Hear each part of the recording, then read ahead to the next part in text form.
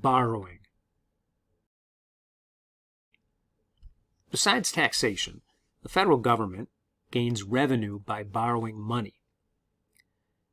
Governments, whether they're federal, state, or local, have the power to sell bonds.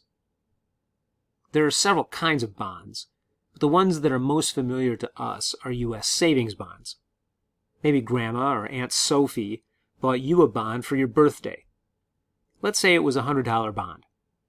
They paid $50 for the bond, and in maybe 10 or 15 years, it will mature and you can cash it in for the full $100.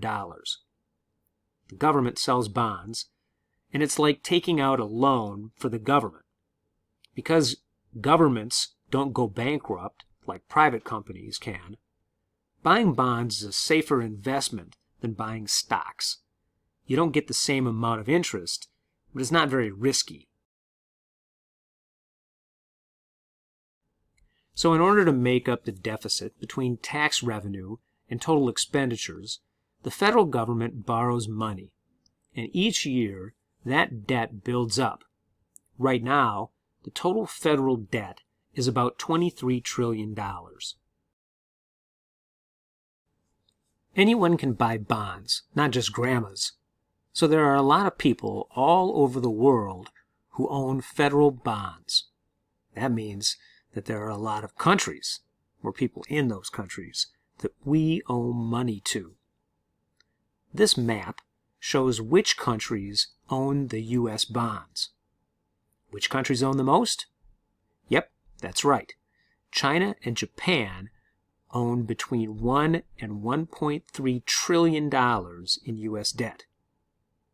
You can see that Great Britain, Switzerland, and Brazil own the next most amount of U.S. debt.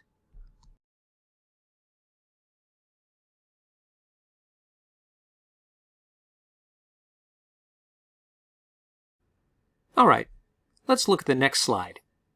Take a minute to describe the graph. Just like we did in class. Go ahead, describe the graph. I'll wait.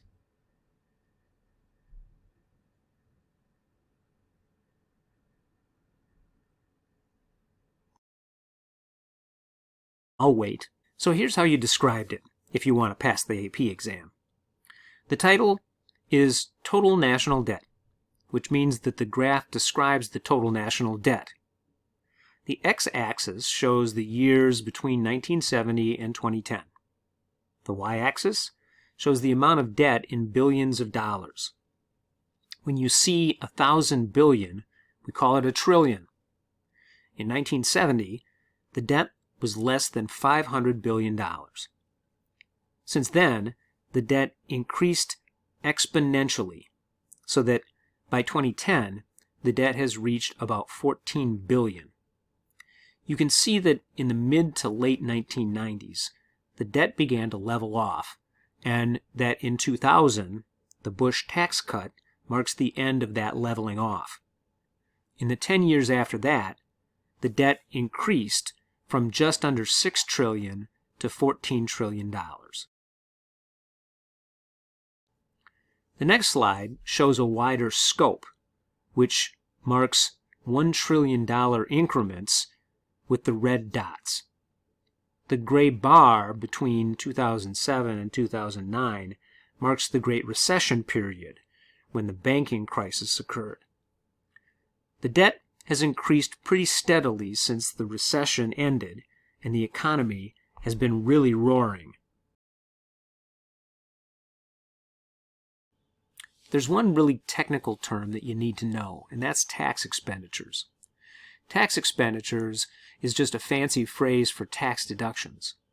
Accountants who work for the federal government came up with a way to account for provisions that allow people or corporations to reduce their taxes by buying things that benefit others or their businesses.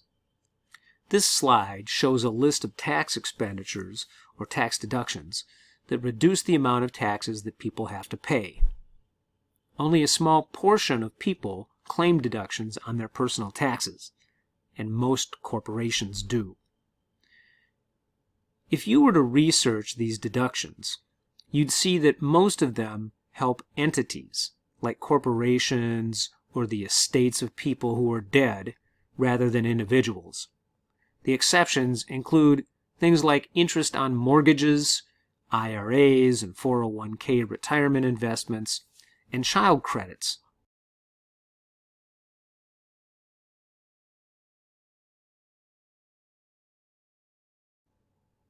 The next graph shows a similar pattern to the revenue chart we saw before. The two biggest expenses are payments to individuals and defense spending.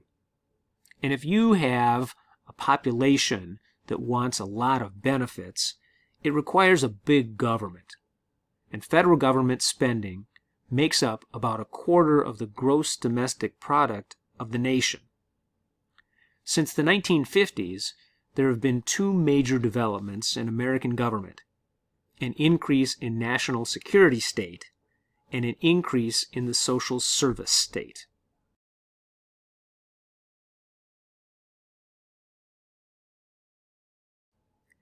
Because of the Cold War, the 1950s and 60s was a period of increased defense and security spending.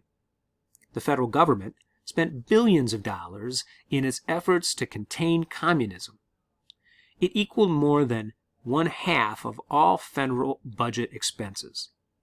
In the 1970s and 80s, the focus of federal spending shifted towards social programs, but defense spending continued to be big money. The Edwards text uses the stealth bomber as an example. Each of these bombers cost $2 billion.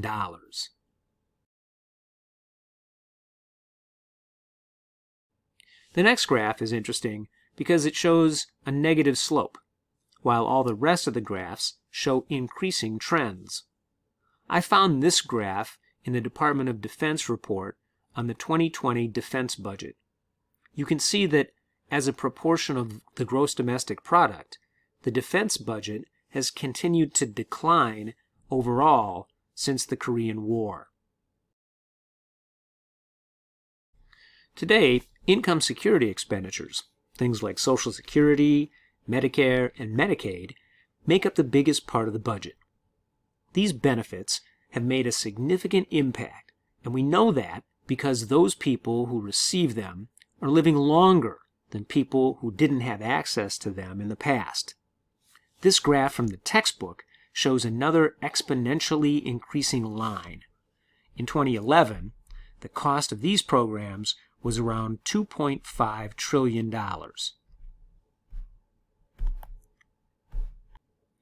I found this next infograph at the Center on Budget and Policy Priorities, which shows the breakdown of the federal budget.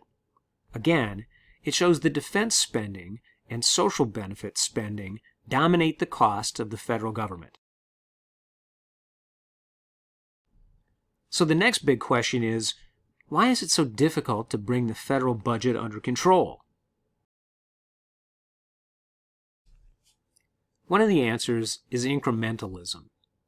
This is an important term to know for understanding the federal budgeting process. Incrementalism is best described as a tendency for next year's costs to be based on this year's costs plus a little more. Economically, prices on everything tend to increase a little at a time. Only once in a while does the cost of an item go down. But it's hard to anticipate this, and so if you're in charge of proposing a budget, you figure costs will go up. A department, bureau, or agency administrator has to convince their boss that their budget shouldn't be cut next year.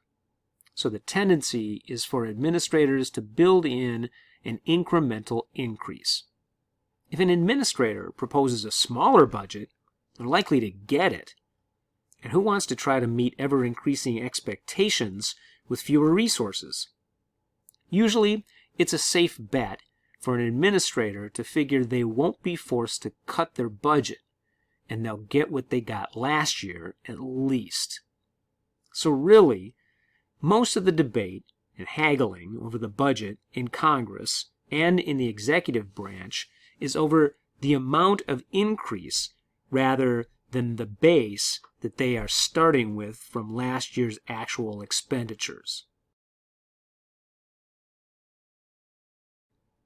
It's also important to remember that you see incrementalism in the entire federal budget, looking at it from a macro view, but individual department, bureau, or agency budgets may increase or decrease pretty dramatically. So, as we've seen in this chapter, there are a number of federal programs for which Congress doesn't have a whole lot of control over when it comes to budgeting. These are referred to as uncontrollable costs, and they represent the programs that Congress has already obligated itself to pay for and which can't be cut. The process is pretty much this. If a person meets the requirement for eligibility, they get the benefit. So X number of people times Y benefits equals the cost. These entitlement programs, as I mentioned before, are already set in law, and undoing them is nearly impossible without committing political suicide. And this brings us to the budgetary process.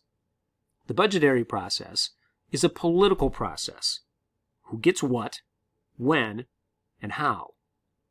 It's a game where a variety of players all have something to win or lose, and they have to convince the other players that they deserve to win. Because there are different kinds of players, they all use different strategies to achieve their goal of winning the game.